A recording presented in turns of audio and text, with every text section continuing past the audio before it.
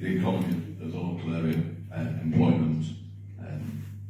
I've done a lot with the airport and trying to save the airport, support the authorities. So you probably hear a lot about that off me in the next few minutes.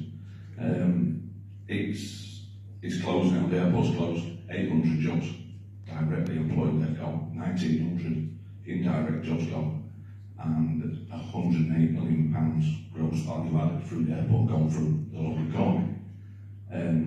There's work ongoing at the moment with the airport. The local authorities are trying to get a lease. They've got procurement going to get an operator in. So they're going to lease the airport off the current owners and get an operator in to run it in a different manner.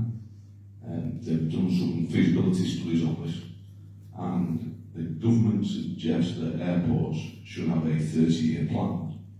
If the airport's run in a different manner than it was before, and the feasibility studies have shown that there could be 5,000 jobs at the airport, 5,000 indirect jobs, and with the space at the side of the airport for new technology and sustainable fuels, things to help the environment, there could be another 4,000 plus jobs just employed just in that sector alone.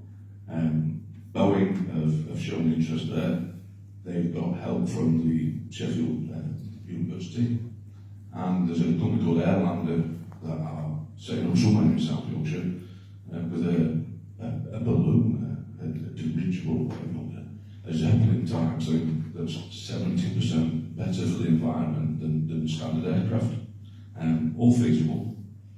It's there's quite a lot going on around the airport that, environmentally sustainable fuel. When it reopens up, hopefully when it reopens, there'll be some remedial work needed, and they are intending to fit LED lighting, solar panels on the roofs, ground source heat pumps, and get some modern technology into an aging building and infrastructure to help get to a net zero or a green airport if that's possible. Thank you. Yeah, it's really interesting. We've not talked a lot about airports this morning, but I can see in Richard's kind of pyramid, the kind of flying is right at the bottom. And it is something that's kind of often raised that if we kind of want to act on climate change, we have to fly less. So it's kind of really interesting to hear from you what your understanding of some of those impacts might be in South Yorkshire. I mean, aviation's 2.5% of the effect of the carbon footprint globally. I think transport's more than that. Local transport's more than that. So aviation isn't the what's the word now?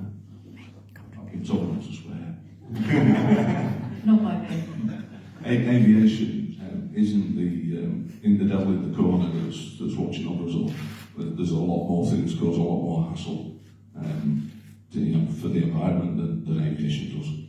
200 people in the same tin box going on holiday, it's economical.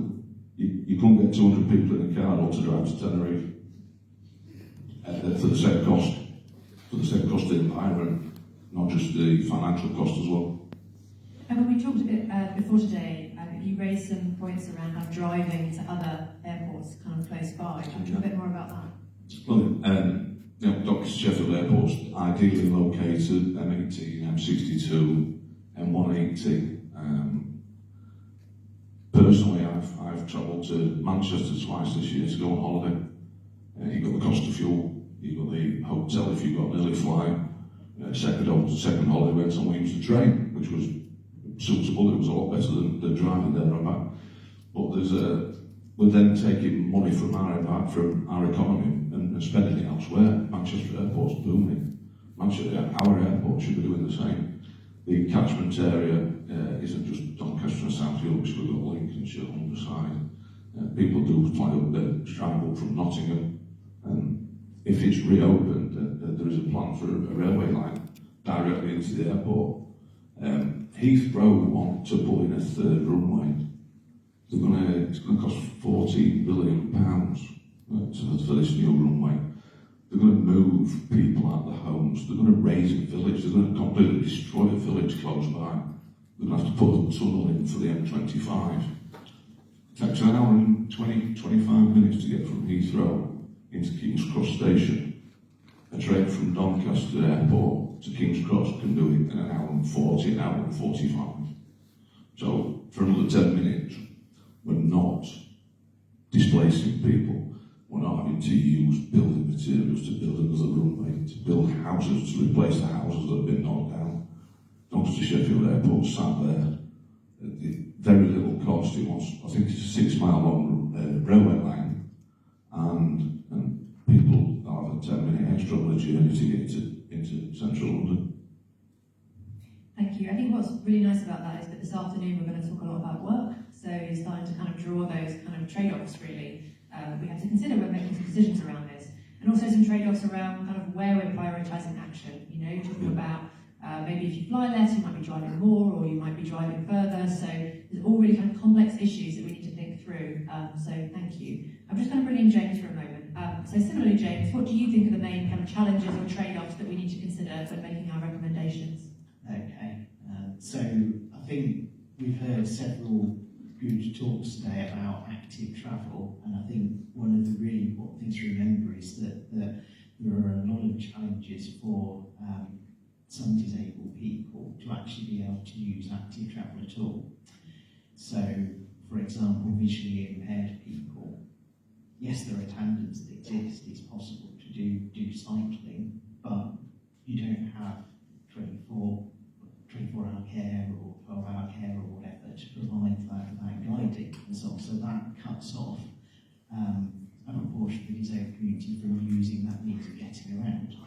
How you design cycle infrastructure makes a really big difference. So some of the fights that I've had in the last year and a half have been about making sure that tactile differentiation still goes in on key schemes where there's already, whether it be legal or not, something going on through the heart.